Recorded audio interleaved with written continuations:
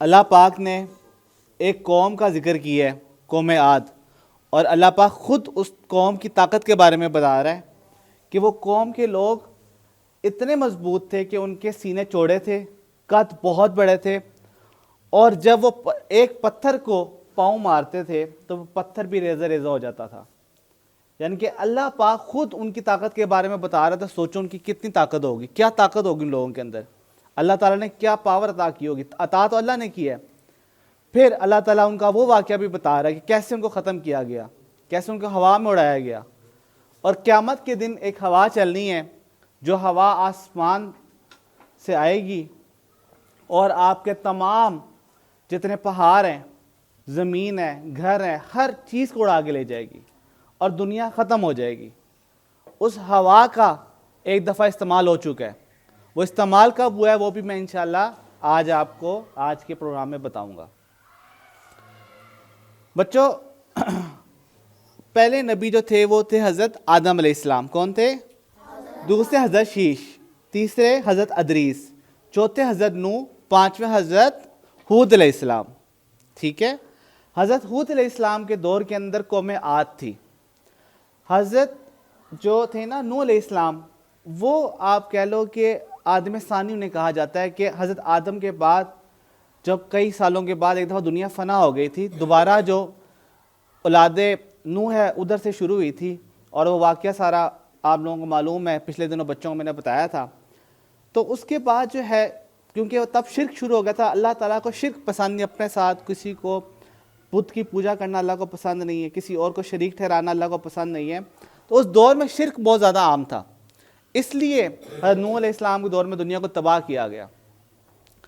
وہاں سے کچھ آگے چل کے کچھ عرصے بعد، کچھ سالوں بعد، دوبارہ سے شرک نے جنم لیا، دوبارہ سے پوجا شروع ہوئی، دوبارہ سے اللہ تعالیٰ کو غصہ آیا، اور اللہ تعالیٰ نے چاہا کہ لوگ بچ جائیں، میں ان کو دوزخ کی آگ میں نہ ڈالوں، اس لیے اللہ تعالیٰ نے اس دور کے اندر اپنے نبی حضرت ہود کو بھیجا۔ یہ قوم عاد کے اوپر آئے تھے۔ قوم عاد کون ہے؟ قوم عاد کے جو لوگ تھے نا، ان کے سینے بہت چوڑے تھے، اور ان کا قد 100 فٹ تھا، 100 فٹ کا تھا، اور ان کا سردار اتنا مضبوط تھا کہ جب پتھر کے اوپر بھی پاؤں مارتا وہ بھی ٹکڑے ٹکڑے ہو جاتا۔ آج کے دور کے اندر پہاڑ کے اندر گھر بنانا بڑا آسان ہے، مشینری ہے، مشین سے بنا لو۔ ان لوگوں نے اپنے بازو کی طاقت کے اوپر پہاڑوں کے اندر سوراخ کر کے تو گھر بنائے۔ پہلی بار دنیا کے اندر جو ہے خوبصورت ترین عمارتیں بنائی گئیں، وہ قوم عاد نے بنائی۔ پہاڑوں پہ گھر بنائے گئے، قوم عاد نے بنائے۔ اس کے بعد زراعت کا نظام بڑا بہترین تھا ان کے دور کے اندر، مویشی بہت زیادہ رکھے ہوئے تھے ان لوگوں نے، اور ان کو اپنی زراعت کے اوپر فخر بھی بہت تھا۔ قوم عاد جو تھی یہ اللہ تعالیٰ کی نافرمانی نہیں صرف کرتی بلکہ شرک بھی کرتی تھی۔ حضرت ہود علیہ السلام جب ان کے پاس آئے اور ان کو پیغام دیا کہ اللہ ایک ہے اور میں اس کا نبی ہوں، تو ان کو لوگوں نے تکلیف دی، پریشان کیا۔ کچھ لوگ تھے ان میں جو ایمان لے آئے، لیکن کیونکہ قوم عاد کا جو لوگ تھے وہ بہت قد آور تھے، مضبوط تھے، اور ان کی طاقت سے پوری دنیا ڈرتی تھی۔ کرۂ ارض کے اوپر پوری دنیا کے اندر اس وقت قوم عاد اگر کوئی پیغام بھیجتی، ان کا سردار بھیجتا، تو اس پیغام کو مانا جاتا اور قبول کیا جاتا اور حکم سمجھا جاتا، اتنی ان کی دہشت تھی۔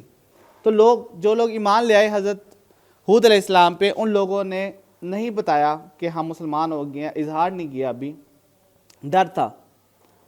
تو ایک دفعہ حضرت ہود علیہ السلام تبلیغ کر رہے تھے تو قوم عاد کے لوگوں نے آپ کو بہت پریشان کیا۔ آپ نے ان کو سمجھایا کہ تم زمین کے اوپر اتنے خوبصورت گھر بنا رہے ہو، پہاڑوں میں گھر بنا رہے ہو، تم کل کو کیا کرو گے؟ تم وقت ضائع کر رہے ہو، تم اللہ کی طرف رجوع کرو، بتوں کی پوجا شرک سے پرہیز کرو۔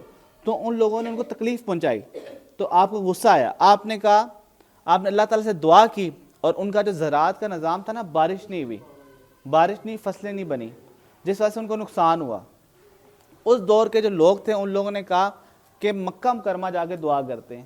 اچھا، سب سے خوبصورت بات بتاؤں، یہ دنیا جب بنی تب شروع کی بات کرو میں آج، اور آج پتہ نہیں کتنے ہزاروں سال گزر گئے ہیں۔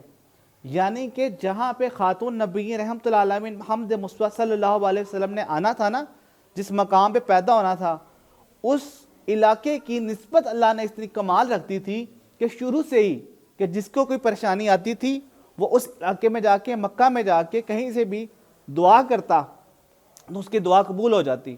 حضرت آدم علیہ السلام کو چھٹکارا ملا تو واسطہ محمد مصطفیٰ صلی اللہ علیہ وسلم کے فعل. ٹھیک ہے, تو اتنا ہمارے نبی کا مقام ہے, یہ کمال ہمارے نبی کو, شرف ہمارے نبی کو حاصل ہے. ٹھیک ہے, تو مکہ مکرمہ کو یہ حیثیت حاصل تھی کیونکہ میرے سونے نبی نے وہاں آنا تھا. تو مکے میں جا کے ان لوگوں نے سوچا کہ دعا کریں گے تو بارش ہو جائے گی. تو جب وہ لوگ جا رہے تھے نا, ان میں سے 2 لوگ مسلمان ہو چکے تھے. ایک نے سمجھایا سب کو کہ ہم ہود کی بات مان لیں تو شاید ہم لوگ بچ جائیں. تو انہوں نے کہا نہیں, ہود کی بات نہیں ماننی, تم لوگ بھی تباہ ہو جاؤ گے. وہاں جب مکے میں جاتے ہیں نا, جن کا ایمان چلا جاتا ہے اللہ تعالیٰ ان کے ذہن پھیر دیتا ہے, وہ بھول جاتے ہیں وہ کرنے کے آئے تھے. وہاں جس بندے سے ملتے ہیں وہ عیاشی میں, شراب میں, نوشی میں, عیاشیوں میں ان کو لگا دیتا ہے. جب عیاشی میں لگ جاتے ہیں وہ بھول جاتے ہیں وہ تو دعا کرنے آئے تھے. اور جو 2 لوگ مسلمان تھے ان کو یاد تھا کہ ہم کیوں آئے ہیں, لیکن انہوں نے کیا دعا کی, ایک کا نام مزید تھا ایک یقین. انہوں نے دعا کی کہ ایک نے دعا کی اللہ تعالیٰ میری عمر دراز کر دے, اس کو کہا جاتا ہے کہ 11 پشتے کہتے ہیں 7 پشتے اس نے دیکھی.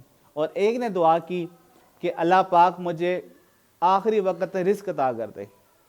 اور جب وہ لوگ واپس آئے تو حضرت ہود علیہ السلام تب تک تبلیغ کر رہے تھے, ان کو یاد کرا رہے تھے کہ تمہارے بادشاہ شداد کے بیٹے شداد کے ساتھ کیا ہوا. یہ شداد کا واقعہ کیا ہے میں اگلی قسط میں آپ کو بتاؤں گا. شداد کون تھا, شدید کون تھا, اور پھر عاد کے بیٹے نے کس طرح حکومت کی.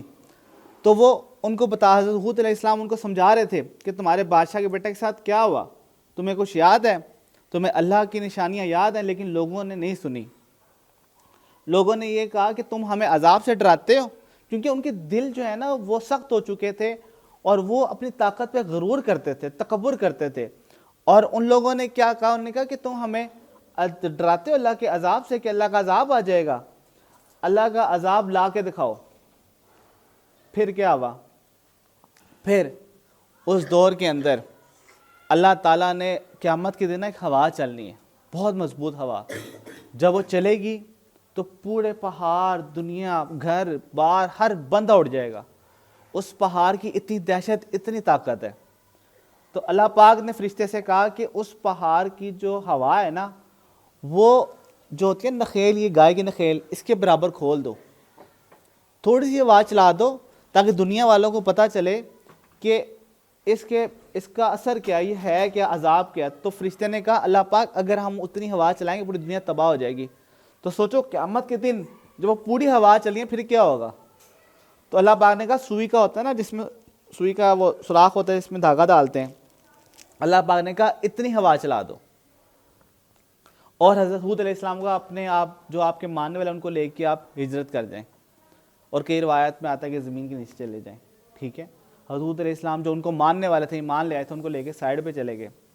اور جب وہ ہوا چلی, وہی جو 100 فٹ قد آمد بڑے جسم والے طاقت والے لوگ تھے جو پہاڑوں کے اندر سوراخ کر دیتے تھے, وہ ہوا میں اڑنے لگ پڑے. ایک دوسرے کو پاؤں پکڑ لیے, مطلب ایک اوڑا دوسرے میں پکڑ لیا, دوسرے اوڑا دوسرے میں پکڑ لیا. اور انہیں کہا تھا حضرت ہود کو جب ہوا چلے گی تو ہم پہاڑوں میں جا کے چھپ جائیں گے, ہوا کی کیا مجال جو پہاڑ کے اندر آ سکے. لیکن کیا ہوا کہ جب ہوا چلی تو کوئی طاقت نظر نہیں آئی, صرف اللہ کی طاقت تھی. ابھی اللہ پاک نے تھوڑی سی ہوا چلائی تو وہ اڑنے لگ پڑے, اڑ کے دیواروں میں لگنے لگ پڑے, اور وہ پوری کی پوری قوم جو ہے تباہ ہو گئی. جب تباہ ہو گئی تو اللہ پاک نے تو حضرت ہود علیہ السلام نے بعد میں بھی تبلیغ کی. ایک شخص کو کہا, قبیلے کے سردار کو, تم نے دیکھا قوم ہود کے ساتھ کیا ہوا. تو انہوں نے کہا کہ اگر میں آپ کو نبی تب مانوں جب آپ ہود کی قوم کو زندہ کر دیں دوبارہ. تو پھر کیا ہوا کہ حضرت ہود علیہ السلام سمجھ گیا, اور اللہ تعالیٰ بھی جانتا تھا اگلے کی نیت کو. اس کا مقصد یہ تھا کہ ہود کی قوم دوبارہ کس طریقے زندہ ہو جائے, ہماری پاور زیادہ ہو جائے. ایمان لانے والا ان میں کوئی سین نہیں تھا. اس بندے کو بھی اسی وقت ہوا آئی اور اڑا کے لے گئی. حضرت ہود علیہ السلام نے اس واقعے کے بعد 400 سال تک تبلیغ کی اور زندہ رہے. اور کہا جاتا ہے کہ آپ سے آپ کی قوم اتنا پیار کرتی تھی, جب آپ دنیا سے گئے تو 100 ایئرس تک لوگ آپ کے پیار میں, آپ کی یاد میں آنسو بہاتے رہے. کیونکہ اس وقت تو 500 سال 600 سال عمر ہوتی تھی, اب تو 60 سال 50 سال 20 سال 25 سال یہ رہ گئی ہے. اب ہم آگے پڑھیں گے اگلے پروگرام میں. میں آپ کو یہ بتاؤں گا کہ وہ بندہ جو ایک بچہ ایک کشتی میں تھا اکیلا رہ گیا اور وہ بادشاہ کیسے بنا؟ جزاک اللہ.